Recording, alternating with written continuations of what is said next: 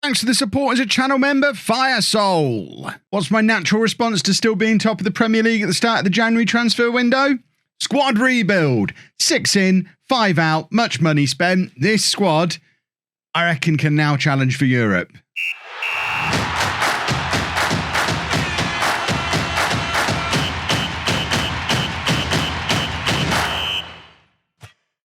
Hello and welcome to Club 2, part 35 of Non-League to Legend. I'm Kevin. Coming up on today's episode, we have a big Premier League game at home against Manchester United. We're also away against Fulham. Since you were last with me, January's been a little bit hit and miss.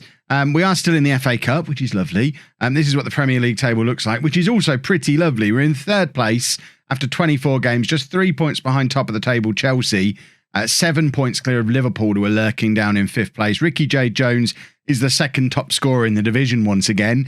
And we've done all of the transfers. I mentioned 5 out, 6 in. This is what's happened. Callum Doyle has gone to Brighton for £5 million. He was never going to get a look in once we brought in the two new boys last summer. So he's gone.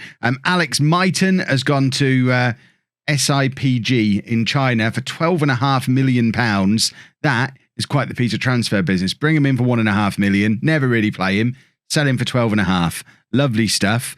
Jack Stretton has gone out on loan. He was never going to get in the team. Patrick Roberts joins Alex Mighton at SIPG for £13.5 million, and they're paying all of his wages. He was still, when he left, the highest paid player at the club on £60,000 a week. He never really got in the team. Only played one substitute appearance this year. And a player who's 29 and we signed on a free transfer has just been sold for the highest fee of his career at £13.5 million.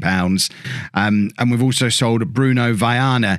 He's gone to, don't make me say it, Greenyap.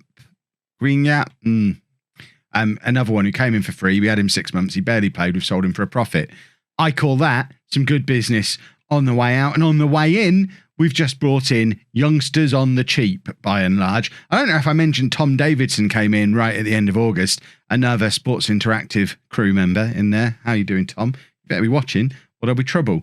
But these are the guys we've brought in January. Thomas Silhan has come in from Sparta Prague. He's a striker who can play anywhere across the attacking midfield three. He's cost us £54,000. We've immediately loaned him out to Crew. He's 18 and has 5-star potential, which is always good. By the way, I don't know why none of these needed work permits. If anyone can explain that to me, I am all ears. Because all of these came in without even needing work permits. Is there an age restriction on work permits? Is it because they're all 18, 19, they didn't need them? I don't really understand. Because I'll use this guy as an example. No British passport in there. No idea why he didn't need a work permit, but he didn't need a work permit, and I'm not going to complain. So Gerardo Trinidad is an 18-year-old striker who can play out on the right-hand side as well. 3-star current ability, 5-star potential ability. He came in for £29,000. Both of those two were players who were out of contract at the end of the year, and we just brought them in early so that we could sell Mighton and Roberts now. Otherwise, I would have had to have kept them hanging around just for squad numbers, and I might as well get the youngsters in. Ignacio Migliacci is an 18-year-old Uruguayan international, 3.5-star current ability, 5-star potential. He's an attacking midfielder who can also play centre mid or up front. Another one whose contract was expiring. We've got him for £475,000, and he's apparently much better than Danny Francis, than Shortire, by whatever his name is. I haven't recorded a video since last week. By the attacking midfield guy, Bizer. I knew his name. I knew it to look at it. The most expensive, well, actually the second most expensive, Zarko Kirstich is a 19-year-old Serbian striker who is a proper wonder kid. He's better than Ricky J. Jones, apparently. He did come straight in and score a hat-trick on his debut, but then got injured. He's going to be out for the next couple of weeks with a pulled hamstring, so you're not going to get to see him today, but goodness me, he looked a bit special. Jan Scala is a 19-year-old Czech international who can play on the left wing, but also up front. 2.5-star current ability, 5-star potential. He's coming from Victoria Plzeň in the Czech Republic for £7.5 million. And then lastly, because we decided to sell some defenders, we brought a defender in as well. Petra Zilka is a 19-year-old Czech international with 11 caps for the Czech Republic already. 3-star current ability, 5-star potential ability. He's as good as Ekwa Alimbi, better than our player of the year from last year, Adam Devine, and he comes in from Sparta Prague. Have they all come from the Czech Republic? I don't think they have they? No, just several of them. There's a few of them from South America as well, but we raided Sparta Prague for 2. Yeah, I mean, we do just normal Kev things. But all of that being done means that our team report is now looking pretty juicy.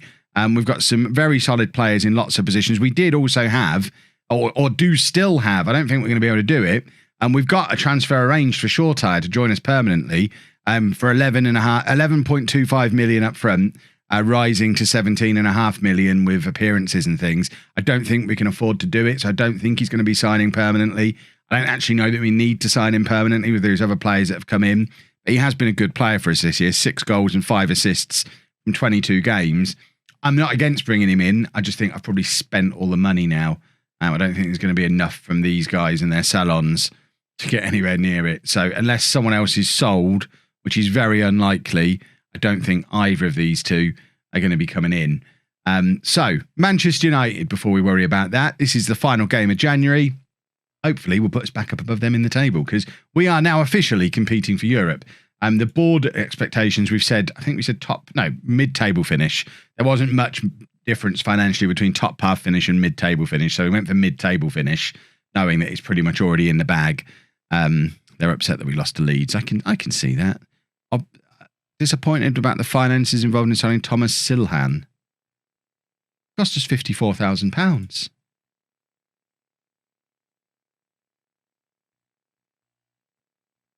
So, Svilar's in goal. Back four of Williams, Parsons, Petra Zilka and Lopez.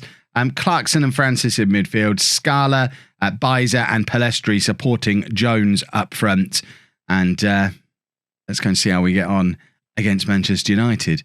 This is going to be an interesting test of how quickly our new boys come in and gel. We've got a couple of the new young players in, Scala and Petra Zilka, both in the side today.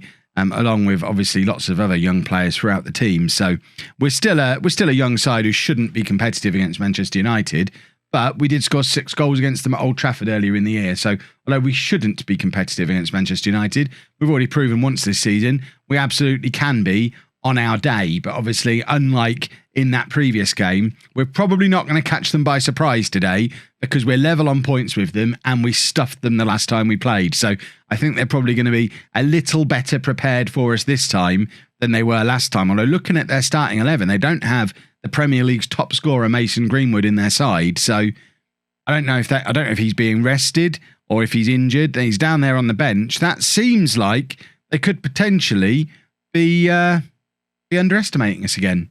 Greenwood's got 25 goals in 22 games in the Premier League this year, and they've decided to rest him for a game against a team that stuffed him earlier in the year. Palestri, the former Manchester United man, has basically missed an own goal there.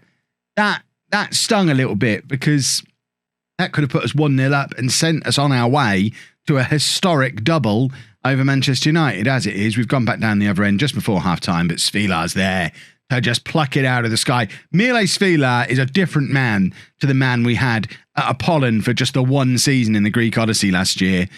He's much closer to the Mile Svilar I've known and loved from previous versions of Football Manager. We talked last year about how he'd apparently had a big downgrade, and certainly based on his performances for us this season, I would suggest he's been upgraded again for FM21 if you're in the Svilar fan club and you're a little bit upset that he wasn't really worth signing last year. But we are 0-0 at half-time. We'll take this, to be honest. I can't imagine there's ever going to become a time in this save where we won't take 4 points against Manchester United in a season. Even if we end up like as Premier League title winners and competitive in Europe and all that kind of stuff. 4 points in a season against Manchester United is a good return. That's not where you're winning and losing league titles, I don't think. However, they've just scored against us, and now we need to get our act together and get up the other end and reply. It's Posh 0, Manchester United 1 on 49 minutes. We've got time to get back into the game.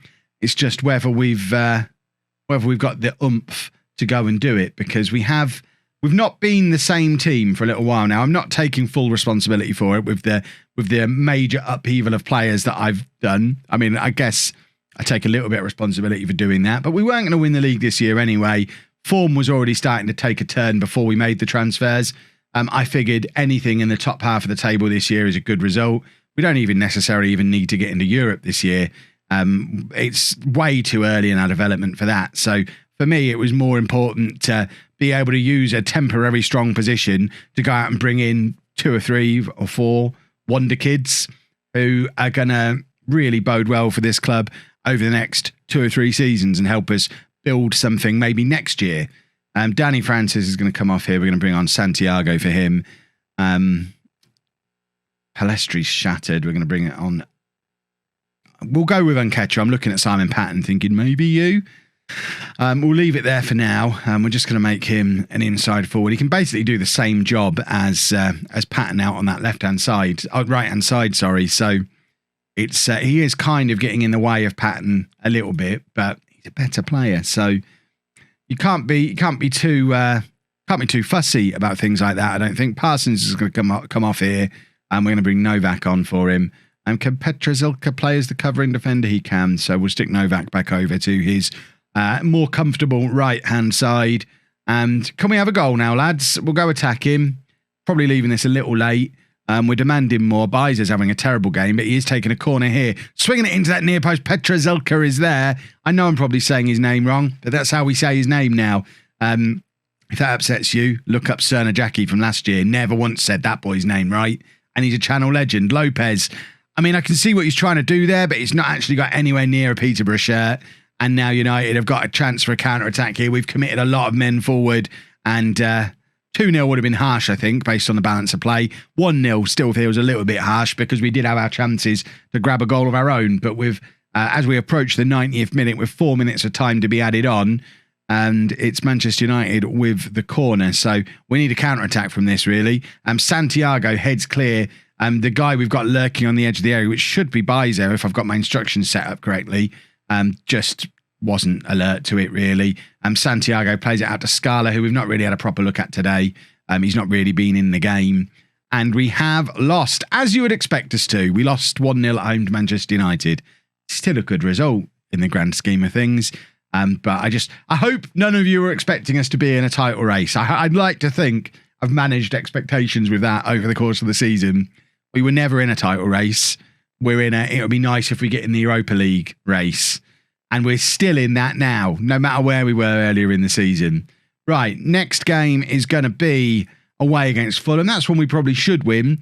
But before that, the transfer window slams shut. I doubt there's going to be any more business unless we sell someone. So just the one transfer on deadline day then. It was Jack Taylor leaving, so he's now 6 in, 6 out. Jack Taylor's been a fantastic servant for the club, but at 28 and just having broken into the Irish national team in the last year or two, it's not nice to not play him at all. He'd not played a single game for us this year, despite playing 33 times last year. Palace wanted him, so he's gone to Palace at a cut price because he was a team leader who wasn't playing, and I thought it was probably best to move him on. That means our team leaders are now looking like this: Ricky J. Jones and Brandon Williams. Interesting to see Shortire up there as one of the highly influential players. I would like to see Lopez step up into the team leader role, as we weren't able to get Shortire permanently. We will try again in the summer. I think he is a very good player for us, especially if he's taking on a leadership role. I think he's only 22, 23, just turned 23, in fact, 5 days ago. Didn't get him a card. Oh. Right, couple of changes for the Fulham game. We're going back with Parsons and Novak at the back, partly because we were always going to, and partly because Petra Zilka's got a sulkung, so I didn't strengthen the squad in January. I mean, I know you were the last through the door, but to say I didn't strengthen the squad, baffling. We're also bringing in Migliaccio. What nationality is he? Uruguayan. What's that? Spanish. Migliaccio? You're going to have to let me know down in the comments how we say that one. Bizel didn't play well in the last game, so he can drop back down to the bench. And Shortire, now we're not playing against his parent club, is able to come back in on the left-hand side. Still not ready to get Kirstich back into the side following his injury. So Ricky J. Jones continues as our number one striker for the time being. I mean, how much longer that run continues? The guy got a hat-trick on his debut. He's a complete forward as well. He's everything I've ever wanted in a striker, but I do still love Ricky J. Jones. If we don't get Shortire permanently, I can certainly see next season Jones being back out on the left-hand side with Kirstich up front, because I think Jones's pace is incredibly useful. But I've been saying for 2-3 seasons, however long Jones has been here, my criticism of him has been that he is a little bit one-dimensional, and he does go on long spells without scoring. When he's in good form, he'll score for fun. He does have long spells where he's not scoring at all. And what has Francis done there? That looked like it was probably the wrong pass, although the quality of players around him have still managed to turn it into a goal. So I guess Francis will claim that it was all part of the plan. He knew what he was doing. That was all straight off the training ground, boss. Lovely stuff. Let's have a look at it from there. That's the weird pass from Francis. Finds Clarkson, and gives it back to Migliaccio. Shortire then, bit fortuitously, it ends up with Jones, and then bobbles three. Fortuitously again for Pellistri, who's there to score his 7th goal of the season. Manchester United have gone back to the top of the table as well, it looks like, as things stand. We're only 4 points behind them, but having just lost to them, I don't think we ever were in a title race. I certainly don't think we are now. I'm sure some of you will tell me different. Some of you will agree that, yeah, we were never really in it. Jones has made it 2-0, though. Some lovely work on this right-hand side from Pellistri, who looks up for it today. But the way he skips past his man here is beautiful. There you go. Lovely stuff. And it's a really nice cross. And Jones is adding more and more of that to his game. I've just been saying how he's one-dimensional.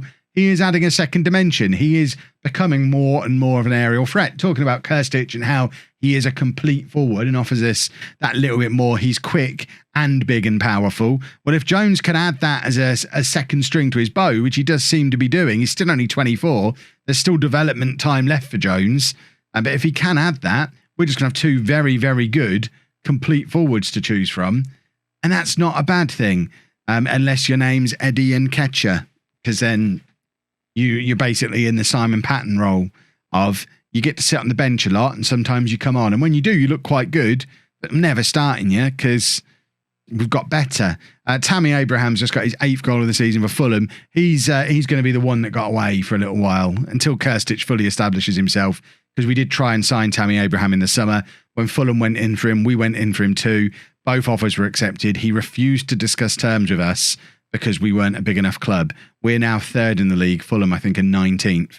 Tammy, it absolutely serves you right, but we would have had our complete forward a little earlier if we'd have got Abraham in the summer. But then I guess we wouldn't have got Kirstich. So it all works out for the best in the end. And Novak has just put us 3-1 up with his 4th goal of the season. Both of these boys, ever a threat from the corners. And it's another very solid header from, I'm going to continue to describe them. If they're not the best centre-back partnership in the Premier League, they're certainly the best teenage centre-back partnership the Premier League has ever seen. I think they're both 19 at this point, which is absolutely ridiculous for how good the pair of them are. Imagine qualifying for the Champions League with 2 19-year-olds as your starting centre-backs and an 18-year-old as their reserve. We are very much going with youth in this save. Williams plays it forward to Shortire, who looks to cut inside here and now going back around the outside of his right back, trying to do what Pellistri did before. Williams does get the cross in, and there's another header from Jones. This one is off the underside of the bar, but not quite crossing the line. In fact, not crossing the line close enough for us to get the little Hawkeye replay thing. So probably the use of the word quite was a little bit generous there, because I wanted it to be our 4th goal. But Fulham now looking to grab another goal back before half-time. At Novak in with a crunching tackle. Lovely work from him. But then Ross Barkley for Fulham. They're just basically a Chelsea rejects 11, aren't they? People clearly, once you sign for Chelsea, you don't want to move house when you leave. You just go and play for Fulham, apparently. I mean, if you're those two. It's a lovely finish from Barkley. I do have to question how Fulham are down in 18th, 19th place with players like that in their side. Is that how good the Premier League is now? Or are they just being horrifically mismanaged with players who should be far higher up the league than they are? They've got a corner here and a clearance off the line from the captain, from Williams. And Jones doing very well in the air again, nodding it back to Palestri to get this counter-attack up and running, and they've had to foul him there. Barkley using his experience to know when the right time to commit the foul, and you're not even going to get a yellow card for it. Just a wise old pro there, just flooring Palestri to cut out the opportunity for the fourth goal. But very good centre-forward play from Ricky J. Jones again, and Williams is getting better and better at left-back for us. We've already made him our captain. He's already a team leader. He is... we're certainly not missing Divine when we sold him and replaced him with Williams. Got to be said, we took an upgrade and made £10 million in the process. I don't know if Divine has made it to the Premier League yet, but certainly not to the heights that Brandon Williams is at. All that being said, though, it's now 3-3. I'm waxing lyrical about the defence today, and we have conceded 3 goals against a team in a relegation battle, so maybe we're not as solid defensively as I like to believe we are. Novak misses out on the header there, and we do have a little bit of work to do as we go into the final half hour of this game. We've certainly got options on the bench to come on and do that work for us. We've got Patton, we've got Trinidad, we've got Bizer. There's definitely players who can come on and change a game. We're going to let this highlight happen and then decide which ones of them to bring on. Lopez plays it into short eye. That's lovely football again. And Palestri grabs our fourth. And we play some beautiful football at times. And that was another example of it there. We've got to have a look at this one from the other angle. Williams finds Migliaccio, but then Lopez with a beautiful little pass here. Just playing it into short eye, who's completely aware of where Palestri is. They've been playing together for years in the Manchester United reserves and combining beautifully there. And now I am going to take off 2 of the players who are involved in that. I thought Trinidad was the one who could play left wing. He's not. He's a striker. Okay. That's still something we can work with. We can put Jones out onto the left-hand side. And I'm not going to bring Clark Odor on. I'm going to bring Trinidad on, who, I mean, he's another one who can play as a complete forward. 6 foot tall, decent pace, not very good at heading. That's going to be his problem, I think. But he can certainly slot into the Ricky J. Jones advanced forward role. So we'll just mix the attack up a little bit. Yeah, we've conceded 3 goals, scored 4 away from home. Let's change 2 of the attackers. There's some Kev logic for you. And now Palestri for Patton. You know what? We'll just do that. I don't even really need to think about that. We'll make Patton an inside forward, confirm the change. And once again, we've got the front 3 that I wanted for so very long. Jones on one side, Patton on the other, and someone else in the middle. I would have dreamt that this would have been like completing Football Manager if we'd have got this done in the Championship. Unfortunately, Simon Patton hasn't quite developed the same way Ricky J. Jones has as a Premier League player. He is a couple of years younger, so there is still time for Patton. I think he's still only 21, 22 years old. So we're still not writing him off, but also still not ever starting him in Premier League games. So there's only so much developing he's going to do in that kind of scenario. I think he's probably maybe missed the boat. I don't know. It's opportunities like this he needs to be grabbing goals. Svila has maybe earned us 2 points there. Because it's a bit of a mistake from Novak, but an excellent save from Svila to prevent the goal. But Fulham have got one last counter-attack here, and Leighton Clarkson giving Ross Barkley a taste of his own medicine because he did that exact thing to us at the start of the half. Serves him right. He set the precedent, and Clarkson, not quite as old, not quite as experienced, but learns quickly and just does the waist-high tackle to stop Barkley from getting the counter-attack going. But they are coming at us again here, and we are defending quite desperately. It's with Patton, who lumps it forward, and that should be a full-time whistle now for a much harder fought 3 points than it was supposed to be. Somehow we're letting them take the throw. Referee, come on now. Can we have a final whistle? Are you just waiting for Fulham to score? If they score here, I'll be cross. Luckily they didn't. I don't have to get cross. It is a good win. Any win's a good win, especially away from home. But it wasn't as comfortable as it was supposed to be. But we are still firmly in a Champions League spot off the back of it. 3rd place in the league, 4 points behind Manchester United, 4 points ahead of Liverpool. And we'll be back tomorrow for, I guess we'll go about halfway. We've got, 10 games remaining? Maybe 11? I didn't see how many we'd played. 12 games remaining. So we'll just come back in 4 or 5 games' time, depending on how the cup run goes.